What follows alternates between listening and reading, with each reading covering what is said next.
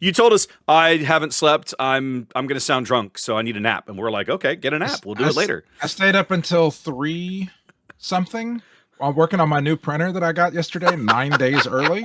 And then I went to bed and I was so excited that I couldn't go to sleep. And so when I started to drift off to sleep when my wife's alarm went off at 6 in the morning. That was when I started to drift off to sleep. You were already up and gone, Ian.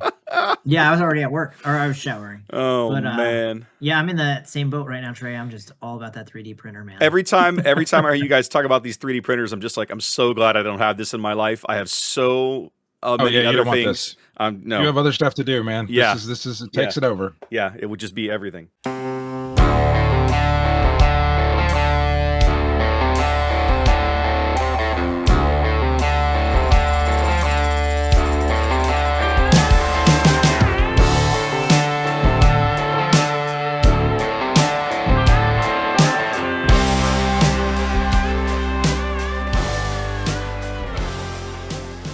All right, welcome in, ladies and gentlemen, boys and girls, gamers of all ages. It's a weird, oddly timed episode 21 of On the Button. I am Wes here with my buddies Trey and Ian, and we're kind of doing things out of schedule, aren't we, guys? Like, it's the middle of the... What? You said they wouldn't hear from us until the new year. No, what I said was they would hear from us only once more between now and the new year. And unless this happened and this thing happened, right? Because we said last week, like, you were like, do you want to record an episode after they do the pack change? It's like, well, let's see what they do. And today everybody was like, well, I feel like maybe we should talk about this. Like, it's kind of a big deal. We just did an episode where we spent like 30 minutes talking about it. And here they are. Mm-hmm. Here's what we're actually getting. So Trey, Ian, I don't even think has absorbed all of this. Ian was working all day. Ian was up at stupid o'clock. Yeah. I haven't had a chance to read the article. I have no idea what the changes are. I looked at the show notes and got a little sad. All right, Trey. So you screeched into the you screeched into camera view, like sliding in and made a screech noise. All right, so for everybody, for the listeners' benefit and for Ian's benefit, I watched the stream live. Take everybody through the short condensed version of the changes. And then we'll talk about kind of how we handled this in terms of what our wish list, what we got and what we didn't get. And then we'll talk about what we think the impact's going to be. Well, so the first thing I want to mention is that when they said we got to have changes to the packs, there was nothing in that said we heard all the bitching about these various topics and we're changing to accommodate that. They just said we're changing packs. So correct. They very well could have added yet more pack. Could have been the Carbonite 2 announcement. Who knows? Like I don't know what it is. Yeah, super ultra carbonites or something. So we didn't have any. They didn't give any inkling whatsoever that this was based on feedback. And boy, did it turn out to be based on feedback. This feels like they did an excellent job, and we've commented before that they do an excellent job of listening and responding to the feedback of the community. They're one of the positives of this community and these people running the game is that they are listening and they are making changes based on what we tell them. This is not just them doing things in a vacuum. It does feel like they listened and had a conversation with the money people in the background, and they asked for 100 and they got 70, because it feels like they kind of, without saying anything, they acknowledged that we're not turning off carbonites because that spigot of money is something that we need. All right. So they did the stream today. They released a bunch of numbers and a bunch of graphs and charts. And so I went through and picked it all apart and to tell you, like, give you exactly what's going on. Like, this is what's happening when you're going to open a pack of, let me move this window over here so I can read it better. So Give it to me, man. I'm on pins and needles here. Let's go. So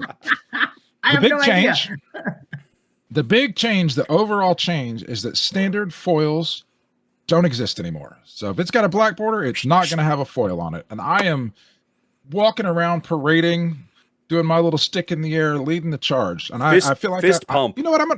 I'm gonna take credit for this one because I said this stuff back like a year ago. I was like, "This is dumb. Nobody likes this." And then Ian would be like, "I like this," but he's the only one. I am literally. So I paid attention at our weekly. I'm the only one who plays with the foils. Yeah, and I think it's because it's the first set of trading card games I played that had foils. all the way back in set 1, the only reason that anybody played with foils is if you only owned your like a key legend, like a Vader or a Luke and a foil, and you owned it. Like, okay, you played with it because it was too hard to get another one, right? Yeah. And so yeah, like that was it. Otherwise, and starting like 6-8 months ago when we stayed the really big competitive circuit, you started having big sector qualifiers and everything, and they started DQing people for having foils in their decks. It was like, you've murdered them. They're dead now. Like no one will touch them. They are radioactive. Right. And like as I've said, every time this comes out, this feels like they went into this game. Well, how do we want to design this? What do we want for the cool versions of this? And they saw that other games have foils, and so they made foils. It's just a box ticket. It doesn't actually add anything to the collectability of the game. All right, so that's the biggest news, is that the foils are gone completely. They still have hyper foils, but they don't have the regular foils. They have also rearranged, shuffled, changed around what the drop rates of various upgraded versions of cards in both regular packs and carbonite packs, and so they kind of mixed and matched. Yeah, and I'm gonna interrupt you. If they removed the standard foil from a pack tray, what is now in the very last card in the pack?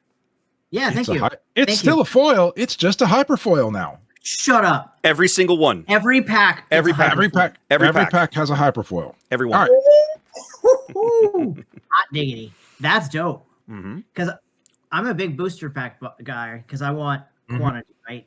A lot of people buy carbonite now because they want quality. Right. The fact that, like, I'll open a box and I'll get maybe 3-4 hyperfoil cards to get 24 in a booster box, that's huge. What an That's huge. So the changes to the regular packs is there are now more hyperspace and more hyperspace hyperfoil cards in regular packs, both in just general quantity of them that you get and how much of the more rare ones you get. So there's more rares, there's more legendaries of hyperspace and hyperfoil. So specifically, I went through the numbers, compared them what they were. So hyperspace foils have gone from one in every 6 packs to 1 in every pack. So it's a 6 times drop rate. So instead of getting like you said, 4 in a box, you now get 24. Every pack now has a hyperspace card, not a hyperfoil, but a hyperspace. Previously, it was half that. Every other pack had one. So this is doubling the drop rate of just your random mid-pack hyperspace card. So that's just the common or the uncommon drop, right? Now that's where they don't give you detail on that one, but I have to believe it's either that uncommon replacement or the uncommon hyperspace slot you get elsewhere in the pack. Yeah. I believe that's where they're going. So on the drop rates of the higher rarities, so now based on, they said, in this many packs, you'll get this many hyperspace rares. So basically, if you open a box, you're going to get 2 hyperspace rares. Previously, before this, you had to open a 7th. You open boxes 1 through 6, you get 1. You open that 7th box, you get 2. Now you just get 2 hyperspace rares per box. So you're telling me there was only 1 hyperspace rare per box before? No, one in a case. Basically, 1 in a case. One every numbers he's basically saying. I got 1 per box. Basically, 1 every 3.5 boxes. Now you're getting 2 in a box. Right. Okay. All right. So now you're going to get 1. This is just the rares. You are going to get a hyperfoil in every box. A hyperfoil rare. Obviously, a hyperfoil rare in every box. Whereas previously, it was every 3rd box would have a hyperfoil rare in it. So that they've tripled the drop rate on hyperfoil rares. For legendaries, you're going to get a hyperfoil legendary a hyperspace legendary, non-foil, in every other box. So if you open 2 boxes, you'll get a hyperspace legendary. This actually isn't increased all that much. It's only about 10% more of a drop rate than you had before. And then hyperfoil legendaries, you'll get 1 in every 4 boxes. So previously you'd get 2 in every 15 boxes. So you'd open basically, there's 6 in a case. You'd open about 2.5 cases and you'd get 2 hyperfoil legendaries. So we're slightly less than doubling the rate of hyperfoil legendaries. Just so I understand this. So there's a hyperfoil in every pack, but it's most likely just going to be common. Common or uncommon? Correct. Most common likely. Or uncommon. Mm-hmm. Yeah. Okay. All right. So now, Showcase drop rate in regular packs exactly the same. I think that's the only thing that stayed the same. Showcase drop rates is exactly the same. The 1 in 288 packs or whatever that is. Yeah, it's one for every two, one per 2 cases. Correct. One for every 12 boxes. Yeah. Okay. And then the final change to pack is now non-foil, non-serialized carbonites are showing up in regular packs. So plain prestige cards.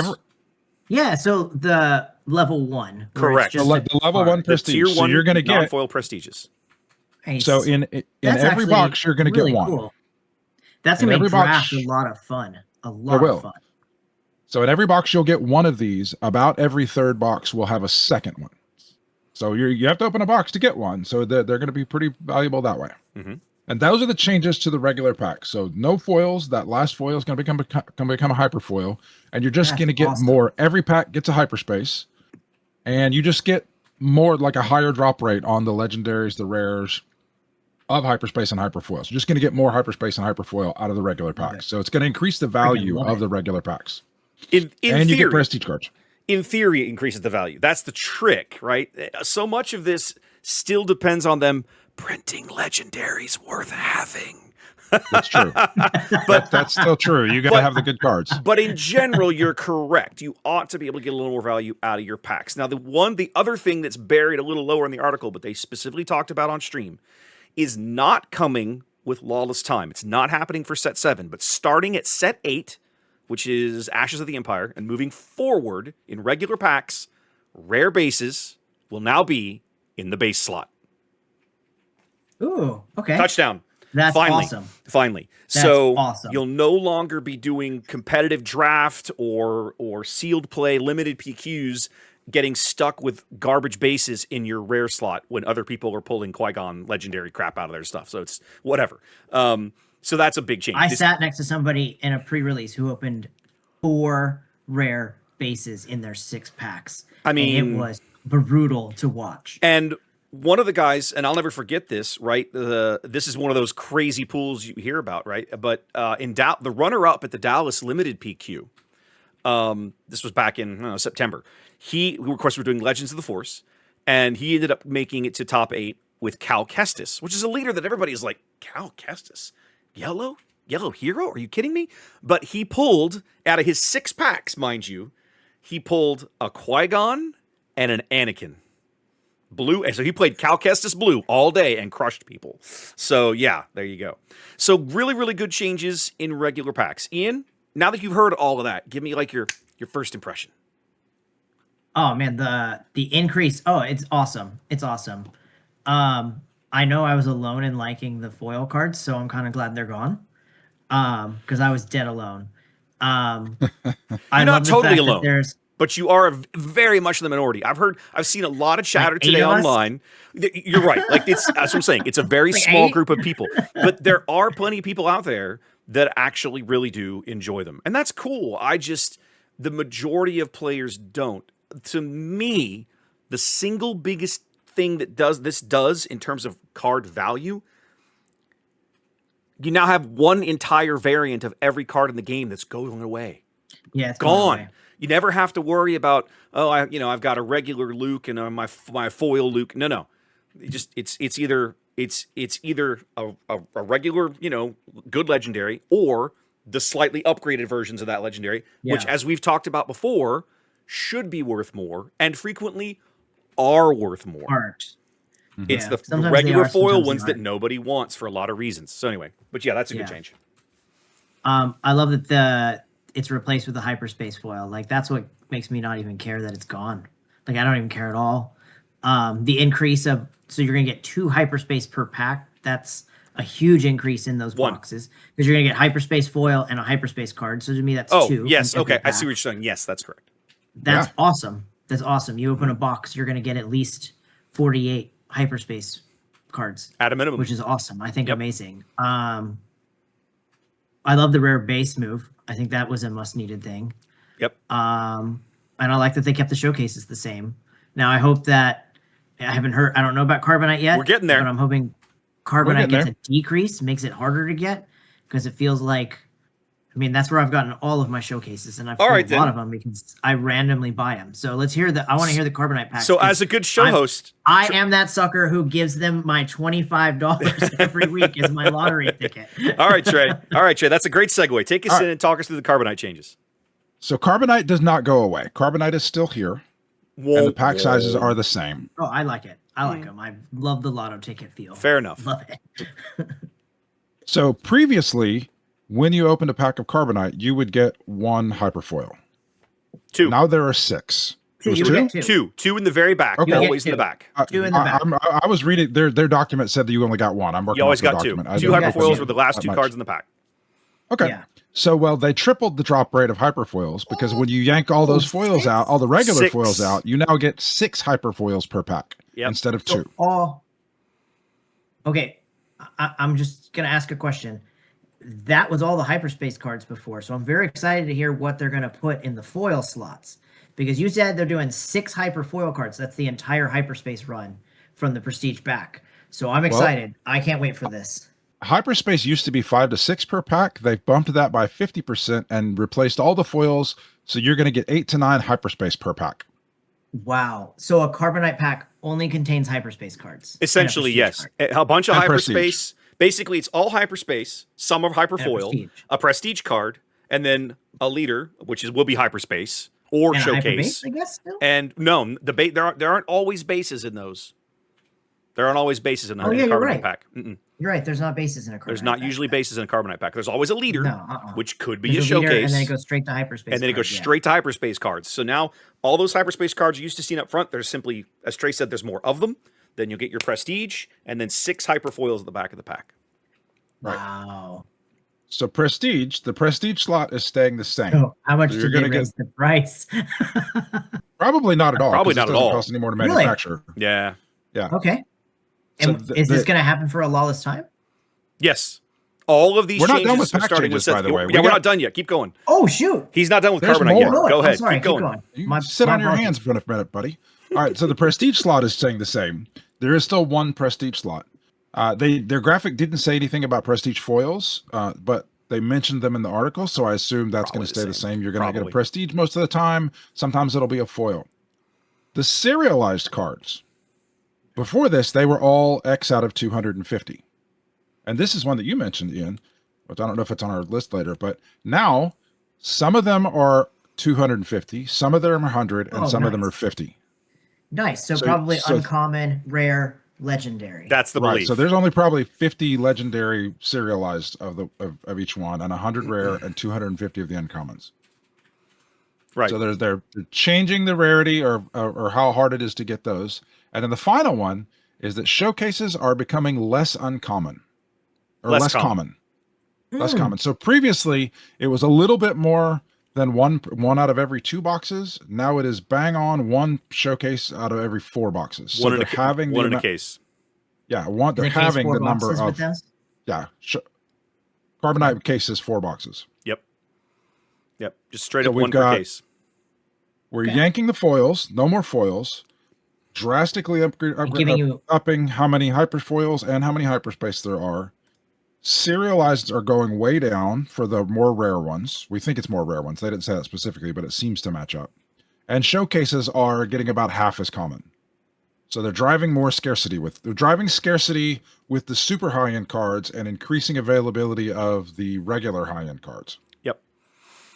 Now, the numbers that I'm going to be doing a separate video on my own channel about this probably this evening after we get done with this, because I'm going to sit down and do some spreadsheet number crunching. But one of the things, there's a guy over on YouTube called, he did a video about almost a year ago now when they announced all the JTL Carbonite stuff. His channel is called I Open TCGs. And he had all of this speculation on how large would the Carbonite box print run be for JTL. Because FFG has never stated the guarantee, like on the serial, like we know you're going to get a prestige card in every pack. And we know that you're going to get, and if you open a Carbonite box, you're going to get 8 planes and 4 foils.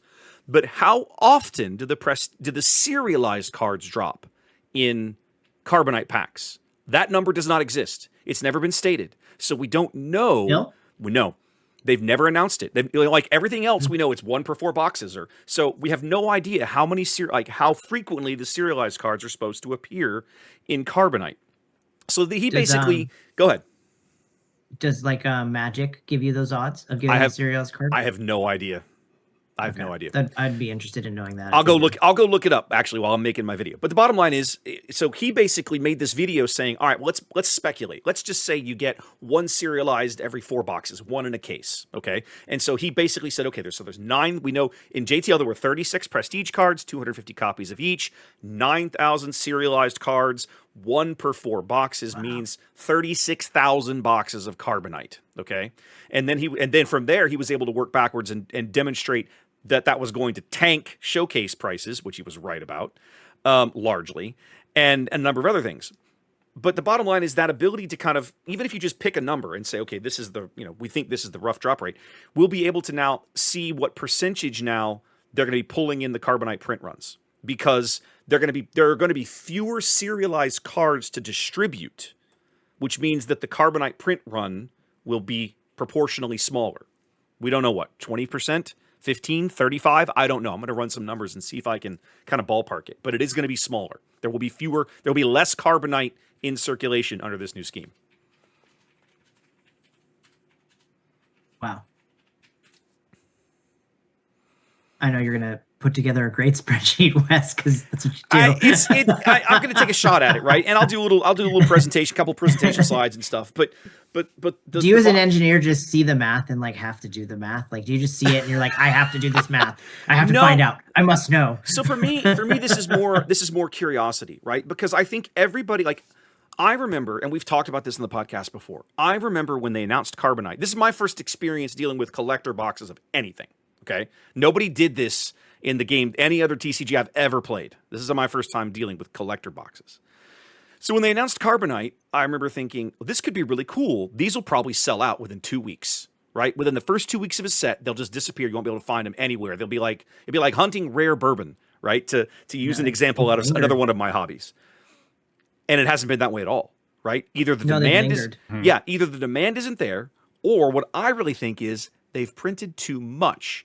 Right? Players have realized that they're not able to get the return value for their $25 a pack or their $300 a box or whatever, unless it's all internalized. I just want to make it easier for me to bling out my deck without buying singles. And so now, like, I see people selling Carbonite boxes for $150, right? Yeah. And that's insane. Yeah.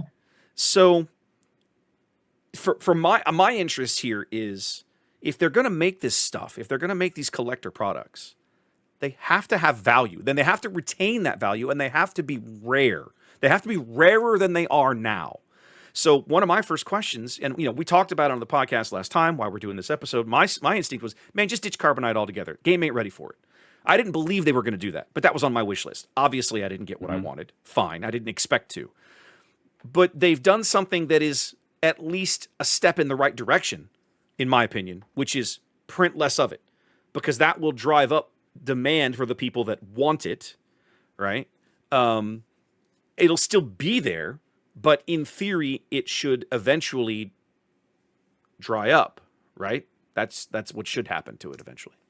Now, here's a question I want to ask, and it might be controversial, but I know that some of the serialized numbers have come up repeated. That's just a mistake, though. We didn't talk about that, but they had that printing error with this set. Yeah. But just with a question to that, in my mind, that means that, are they still printing them? Like, is that like a reprint? Like, how would you print 2 of those? Like, my thought is so as a retailer and somebody who, sells this kind of, pet products, but still products for a living, you're going to sell what the customer demand is. And the Carbonite boxes are probably selling 20% less than what they're, or 20% less than what they're printing. So they're pulling back on the print a little bit, and hopefully it does make it more exclusive. I think 250 of each serialized card is just ridiculous. I sat across Anthony, and he had 3 serialized Darth Maliks because they go for like $25 or whatever he paid for them, right? Isn't it?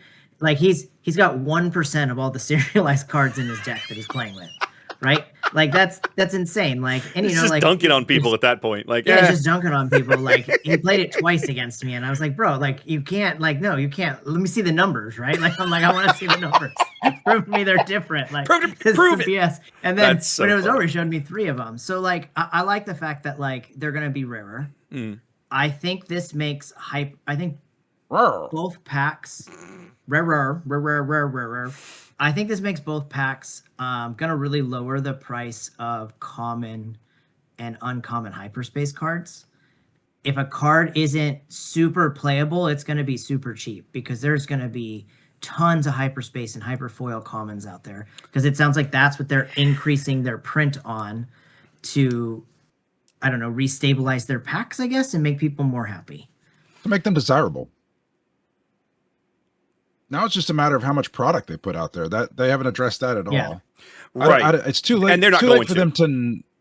But it's too late for them to not print it. But it's not too late for them to just sit on it. Right. And they're never going to tell the general public the size of their print runs. We're never going to know that information. No. Well, they might not tell us we printed 7 of these, but they have told us in the past that we've printed too much or we printed not enough.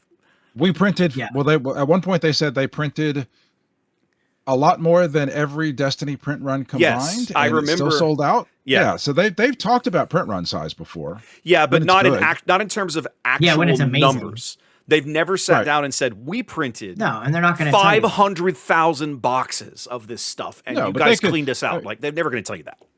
You're going to do the math, right? But like I can tell you as a retailer, like you want to saturate that math down as much as you can to get as much profit as you can. So like you're going to do the math and break down the X number of minimum boxes they need to print or that you think they're going to print, and I'd increase that because they've been printing more than that. To me, my favorite thing about this announcement, and I'll be really curious. I sent you guys. Well, actually, I know Trey, you hadn't watched it, but I'll link a video in the show notes. I have watched it. You have watched it. You watched it last night. Okay, so. The guys at Cards HQ in Atlanta, who have basically been the big support behind the 2 Seattle tournaments in March and November of this year, they were at Galactics. They were selling and buying singles. I sold Nick a bunch of singles when I was at Galactics. Great dude. So Nick made a video talking through, as a game retailer, as a TCG retailer who loves the game. Look, these are my issues that we need to solve with Unlimited. Right from a retailer business standpoint, this is what's screwing me over. Okay. And as I watch these announcements today, I feel like, you begin to realize you watch a video like that, and as a player, we have different wants and demands than the retailers do. And so FFG has to try to find some middle ground. Yes, we all want a healthy game. Agreed. But we want a healthy game. So if you're honest about it as a player, as much as you're like, I want everything for free. If you want a healthy game, if you're honest to yourself and everybody else, you have to say, people has to be worth it for other people. I agree with you. There's a push and a pull, but yeah. I agree with you, Trey. But you and I have been doing this for 30 years. And a guy like Ian is coming from a retail background where he understands that world and the margins. A whole lot of people, and I'm not picking on anybody, I'm just saying there's a whole lot of players out there that don't have either that maturity, that experience in the genre, or that level of background that Ian has, where he can look at it and go, "Oh yeah, no, you got to be able to make money doing this, right?" So there's a whole lot of people out there that make the 3rd pound burger flop because 3 is less than 3 is less than 4. Yeah. Right? Okay. So sorry, that's a anecdote from previous fast food stuff. People. The point I'm trying to make though is that FFG is hearing different demands from different people, right? The retailers want one thing, the players want something different. Sometimes they overlap, but sometimes they don't. And they have to figure out where the middle ground is, where they can please, we can do this because we've got to keep the retailers in business and they got to keep buying our stuff or we don't have a game, but we also got to keep the players happy or they're not buying our stuff from the retailers and so on. So when I sit down and boil this whole thing down, I feel like they did a pretty good job of trying to give both camps, let's say, some things. Nobody got everything they wanted. They weren't going to. But I think everybody got an end result that, to use your verbiage, Trey, is healthier for the game, in my opinion. I think what everybody got is an indication that FFG and Asmodee have listened and looked at this game, and even from the production side have realized that they needed to make changes, and they made changes. Yep. And that underlying philosophy, hopefully, I don't have any reason to believe it doesn't, and now I have reason to believe that it does, apply to other areas, like the amount of cards that they produce, that they're never going to tell us back. It is what it is. I mean, sense? It does. Okay. There's going to be a whole segment. I mean, we're never going to know everything about this business. There, you know, in terms of, there's going to be vast swaths of it that they're just not obliged to tell us, and I don't blame them. I do the same thing in my world too. There's all kinds of things that we do, you know, to keep our clients happy that we don't tell them about, because it's just, you know, it's just us taking care of business. So it is what it is. Right. Now, I will say I hope this helps them sell more carbonite boxes and packs, because they're not sold out, because our local can still order them. They can still get. Yeah. I'm sitting on a bunch. I'm sitting on several cases. Yeah. They can still get Legends. They can still order, what's the other one? Jump to Lightspeed. So they can still order those. Like, you want to, you know, you want to see numbers. Yep. I'm going to do some of that in this video tonight, because in my opinion, here's another thing that I realized today, that just for whatever reason it never occurred to me. The size of a carbonite print run is at least partly dependent upon the number of cards that you choose to give the prestige treatment to, isn't it? Yeah. Because I take like in JTL, I had 36 by 250. That gives me a number of serial cards I have to distribute. I decide how frequently I want them to appear. That tells me how many boxes I have to print. But then when Legends of the Force came around, they went to 46. 46 cards they prestige. There was 46 prestige 46 2,500 more serialized. So now there's 2,500 more serialized. So Legends of the Force, they had to just grossly print a mountain of carbonite just to get all those in circulation at the correct drop rate. They pulled it back to 43 for Secrets of Power. But I'm also, one thing that they haven't announced for Lawless Time yet, but I'm fingers crossed secretly hoping, is that they drop the number of cards that they give the prestige treatment to back to something in that 30 to 35-ish range, right? And then on top of that, we're seeing the different rarity levels that'll also just pull the whole carbonite print run down to something that will make a lot more sense for what the game is right now. Mm-hmm. Anyways, all right, guys. Well, there it is. There's your changes. I'm glad. I think this is good. This is good feedback. Ian, what about you? Thumbs up? Oh, I'm stoked. Sweet. Oh, so super stoked. Super stoked. Good. My weekly lottery ticket that I buy, that's a pack of cards. It's going to be so much fun every week. And randomly, I forgot to mention, this is just random out of the blue. They added the same announcement in the same stream. It's probably not in the article. They're completely changing the design of the OP cards that you get every week in your little silver packs for playing in your local event. They're no longer going to have those goofy, foggy borders. They're going to look stylistic. Go ahead. They're going to look like prestige cards. Well, yeah, stylistically, you've seen the cards that they give out at like sectors and regionals, and the way those are framed, like Galactics. Yeah. They're going to look like that from going forward. Now, your weekly play cards are going to look like that. So that's fire. Yeah, that's awesome. Just good changes all around. Good changes all around. All right, guys. Well, there's our quick and dirty look at the pack changes. Come into the comments. Let us know what you guys think. I want to know: are we the only ones excited about this? Do you have positive reaction, mixed reaction? Whatever, come in and let us know. Let's have a conversation. I love chatting with you guys. We get lots of good feedback on these episodes, so appreciate you guys tuning in. Thanks for hanging with us, and we'll see you again next week. We got to record all the ways next week to get back on our regular schedule. That should be the last one before Christmas, more than likely. All right, guys, we'll catch y'all later. Peace.